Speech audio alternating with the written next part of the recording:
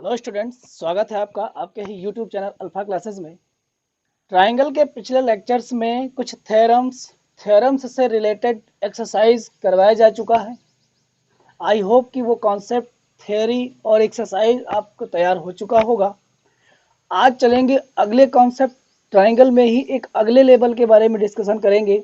अभी तक हम दो त्रिभुजों के सिमिलैरिटी होने को प्रूव कर रहे थे, सिमिलैरिटी के क्राइटेरियाज को देख रहे थे। अब हम ऐसे केस में देखेंगे कि जब कोई दो ट्रायंगल सिमिलर हो जाते हैं तो उनके क्षेत्रफलों का अनुपात क्या होता है। इन क्षेत्रफलों के अनुपात के कुछ थ्योरम हैं, 3 थ्योरम हैं। इनको 2 लेक्चर में कवर करेंगे। आज एक थ्योरम को प्रूव करेंगे, अगले लेक्चर में 2 थ्योरम को प्रूव करेंगे, जिससे कि आप बहुत आसानी से, बहुत आसान तरीके से सीख सकें। तो चलते हैं उस थ्योरम के कुछ बेसिक कॉन्सेप्ट के बारे में बात कर लें। उससे पहले आपसे रिक्वेस्ट है कि अगर आप चैनल पर फर्स्ट टाइम विजिट कर रहे हैं तो प्लीज़ चैनल को सब्सक्राइब कर लें, बेल आइकन को प्रेस कर लें, और हाँ, वीडियो अच्छा लगे तो लाइक करके जाएं, दोस्तों के साथ शेयर करें, जिससे कि आपके साथ साथ आपके दोस्तों की भी तैयारी, आपके क्लासमेट्स की तैयारी भी अच्छे से हो सके, आसानी से क्लास सब तक पहुंच सके। तो दो समरूप त्रिभुजों के क्षेत्रफलों का अनुपात क्या होता है, तो थ्योरम नंबर 5 तक हम कवर कर चुके हैं। अब अगर नंबर में बात करें तो नंबर 6 पे आ चुके हो थ्योरम के केस में। बट वो एग्जाम में ये नहीं कहेगा कि थ्योरम 6 को प्रूव करके दिखाओ, थ्योरम 5 को। उसके थ्योरी को बताएगा, सिद्धांत क्या है, वो थ्योरम क्या है, उसके थ्योरी आपको समझना होगा। थ्योरी नंबर 6 की है कि जब कोई दो त्रिभुज समरूप हो जाते हैं, जब कोई दो त्रिभुज समरूप हो जाते हैं तो उनके क्षेत्रफलों का अनुपात उनकी संगत भुजाओं, उनके क्षेत्रफलों का अनुपात उन त्रिभुजों की संगत भुजाओं के वर्गों के अनुपात के बराबर होता है। तो इस थ्योरी को लिख लेते हैं, चित्र बना लेते हैं, फिर समझते हैं। तो टाइम आ गया है, आप भी साथ साथ लिखें, पढ़ें, कॉपी पेन उठाने का टाइम आ गया है। तो स्टार्ट करते हैं नंबर 6 के थ्योरम को, जो कि है जब कोई दो त्रिभुज समरूप हो जाएं तो उनके क्षेत्रफलों का अनुपात उनकी संगत भुजाओं के वर्गों के अनुपात के बराबर होता है। तो चलते हैं, फिर स्टार्ट करते हैं थ्योरम को। जैसा कि लिख दिया गया है, इस थ्योरी को क्या लिखा गया है, दो समरूप त्रिभुजों के क्षेत्रफल त्रिभुजों की संगत भुजाओं के वर्ग के अनुपात में होते हैं। यानी कि दिया हुआ है कि यदि त्रिभुज ABC और त्रिभुज DEF सिमिलर हो जाते हैं तो सिद्ध कीजिए कि इनके क्षेत्रफलों का अनुपात, यानी कि इस त्रिभुज का एरिया बटे इस त्रिभुज का एरिया बराबर इनकी संगत भुजाओं के वर्गों का अनुपात। तो जो ये थ्योरम है बहुत ही इजी है। यहाँ पर भुजाओं, जब त्रिभुज समरूप हैं, ये दिया है। अब प्रूव क्या करना है, इनके क्षेत्रफलों का अनुपात। तो शुरू करते हैं इसके सॉल्यूशन से या थ्योरम के डेरिवेशन से। तो सबसे पहली हेडिंग जो आप बनाते हो वो बनाते हो ज्ञात है। ज्ञात है लिखो या गिवन दैट लिख लो। तो गिवन दैट त्रिभुज ABC सिमिलर टू त्रिभुज DEF, और जब कोई दो त्रिभुज समरूप हों तो ऐसे प्रतिबंध में, ऐसे कंडीशन में उनकी संगत भुजाएं आनुपातिक होती हैं और संगत कोण बराबर होते हैं। तो यहाँ पर कोण A, संगत कोण की बात करें तो कोण AD के बराबर होगा। कोण B जो है वो E के बराबर होगा। ये वाला जो कोण B है E के बराबर हो जाएगा, और इसी के साथ जो C है वो F के साथ बराबर हो जाएगा। तथा संगत भुजाएं आनुपातिक होंगी, अर्थात AB बटे DE बराबर AC बटे DF बराबर BC बटे EF, इतना ज्ञात है। तो जब हमें क्षेत्रफलों का अनुपात बनाना है तो जो दिया गया टर्म है उतने से काम नहीं चलेगा। क्यों नहीं चलेगा? क्योंकि किसी ट्राइंगल के क्षेत्रफल का क्या फार्मूला होता है, हाफ बेस इंटू हाइट, 1/2 आधार गुणे ऊंचाई। तो किसी भी त्रिभुज को अगर हम आधार मान लें तो उस भुजा की, आधार भुजा की शीर्ष से ऊंचाई चाहिए। ऊंचाई के लिए आप परपेंडिकुलर लाइन ड्रॉ करोगे। इट मीन्स आप कंस्ट्रक्शन वर्क करोगे। कंस्ट्रक्शन वर्क करने से पहले हम अगर प्रूव दैट लिख लें कि सिद्ध क्या करना है, फिर कंस्ट्रक्शन करें, तो प्रूव दैट में लिखना है आपको कि जो area triangle A B C upon area triangle D E F है वो क्या है मेरे भाई, वो है A B square upon D E square या A C square upon D F square या B C square upon E F square. इन तीनों में से कोई आ जाए इक्वल मान लिया जाएगा। तो अब कंस्ट्रक्शन वर्क की बात करें। कंस्ट्रक्शन वर्क में क्या करोगे, आप बस शीर्ष लंब खींचोगे, यानी कि पॉइंट ए से ट्राइंगल बीसी के ए बी सी के बेस बीसी पर एक लंब एडी खींचोगे और डी ई एफ में, तो अभी जो है यहाँ पर डी नहीं ले सकते हो इसलिए ये गलत लिख दिया हमने। इसको हम अगर एम मान लें और इसको एन मान लें तो और इसी तरह से लंब डाल दें, तो आप क्या लिखे हो, A M perpendicular B C व D N perpendicular E F खींचिए। इतना ही तो किए हो बस। तो ये तीन हेडिंग को हम कंप्लीट कर लिए। Given that, prove that, construction. अब बात करेंगे मुद्दे की। मुद्दा क्या है, सिद्ध क्या करना है, उपपत्ति में आ जाएंगे। सिद्ध यही तो करना है, इनके क्षेत्रफलों का अनुपात इनकी संगत भुजाओं के अनुपात के बराबर होता है। तो आप नोटिस करो, ये वाला त्रिभुज और ये वाला त्रिभुज कैसे भी करके समरूप कर लो, कैसे भी करके समरूप कर लो। जिन त्रिभुजों को समरूप करना होता है उसी में देखना होता है।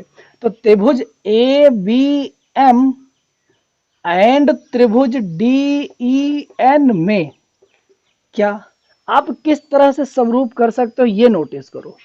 अब कोई भुजा तो दी नहीं गई है, कैसे नहीं दी गई है, इसकी ये भुजा इसके साथ अनुपातिक हो जाएगी, लेकिन क्या ये लांबिक भुजा इस लांबिक भुजा के अनुपातिक होगी, कोई जरूरी नहीं है।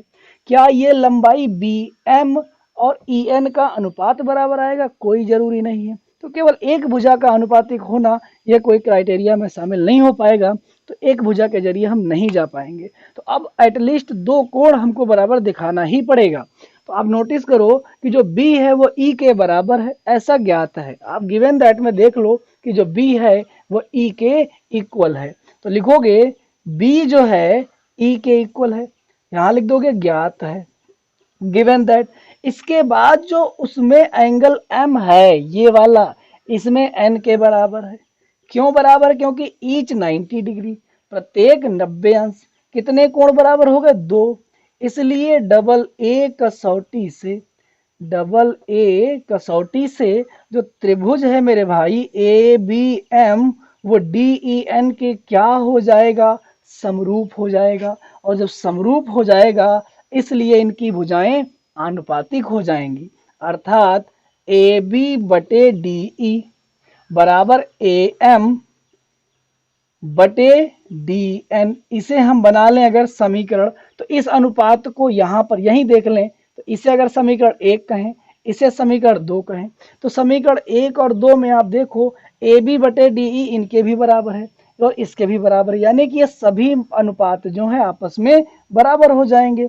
तो लिखोगे समीकरण 1 व 2 से ये सभी अनुपात, अभी 3 अनुपात है, एक चौथा भी बराबर हो जाएगा।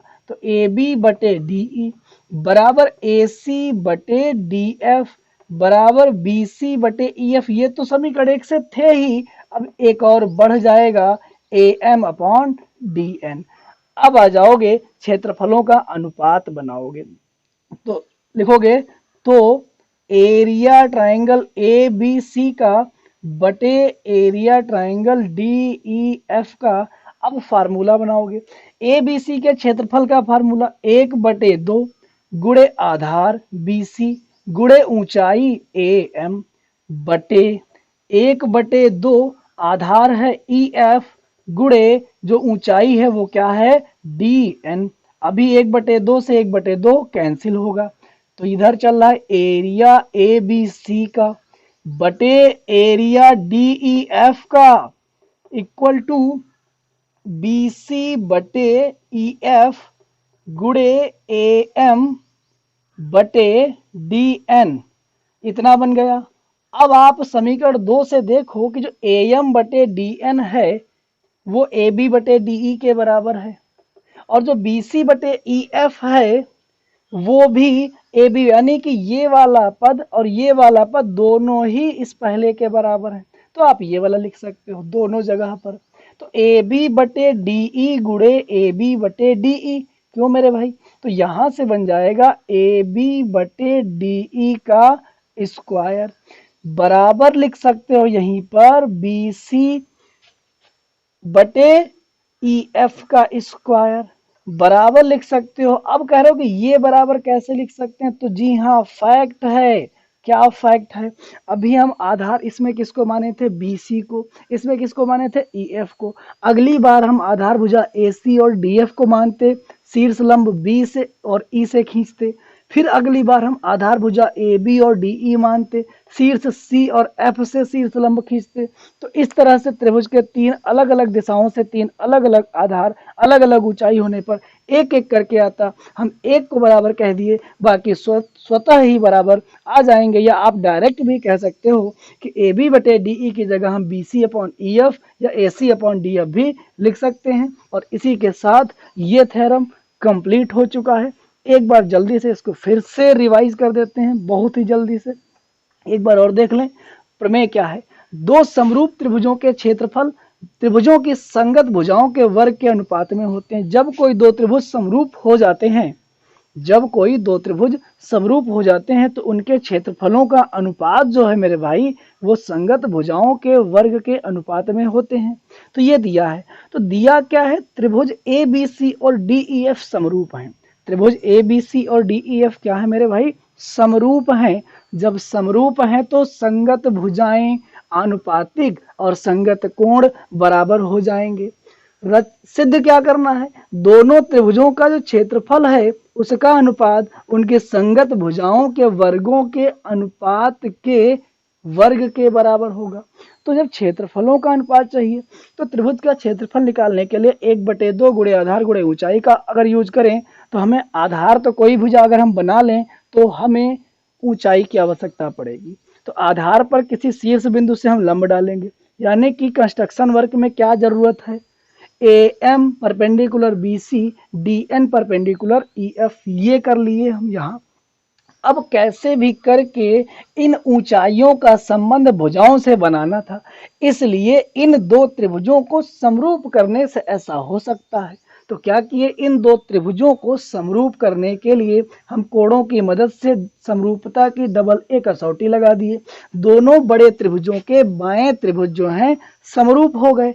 समरूप होते ही एक संबंध बना भुजाओं के अनुपात का, और उसको बना लिया समीकरण 2। एक हम पहले ही मान चुके थे भुजाओं के अनुपात का।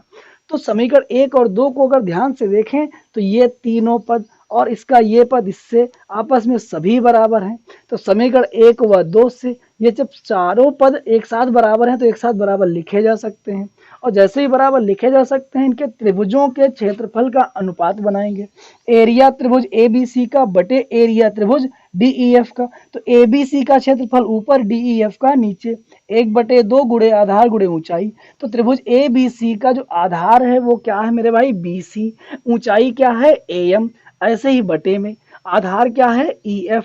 ऊंचाई क्या है? DN। हाफ से हाफ कैंसिल आउट किया, BC EF के साथ AM DN के साथ अलग अलग किया। अब AM और DN जो है वो किसके बराबर? 2 से था, 2 से AB अपॉन DE के। और BC अपॉन EF समीकरण से यहाँ से देख लो या यहाँ एक साथ देख लो, ये दोनों पद एक साथ यहाँ बराबर है।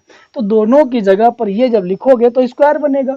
अब ये वाला मान इसके बराबर है और इसके बराबर है, ये वाला मान इसके भी बराबर है, इसके भी बराबर है, तो इसकी जगह पर ये भी होगा और ये भी हो सकता है। और इसी के साथ इस थ्योरी को हम सिद्ध कर चुके हैं। आई होप कि ये कॉन्सेप्ट आपको समझ आया होगा। ये एक्सरसाइज बहुत ही इजी है, बस सीधे सीधे सवाल किस तरह से आएंगे। दो त्रिभुज समरूप हैं, एक का क्षेत्रफल दिया होगा, दूसरे का क्षेत्रफल दिया गया होगा, एक त्रिभुज की भुजा दी गई हो, अगले की निकालनी हो। परिमाप के केस में सवाल खूब आता है, तो जब एक्सरसाइज कराएंगे तो खूब डिटेल में इसको डिस्कस करके बताएंगे आपके साथ। अगले 2 थ्योरम जो हैं वो अगले लेक्चर में बताएंगे। तब तक के लिए आप इसे प्रिपेयर करें, अच्छे से कंप्लीट करें। मिलते हैं बहुत ही जल्द अगले लेक्चर में, एक बार देख लें।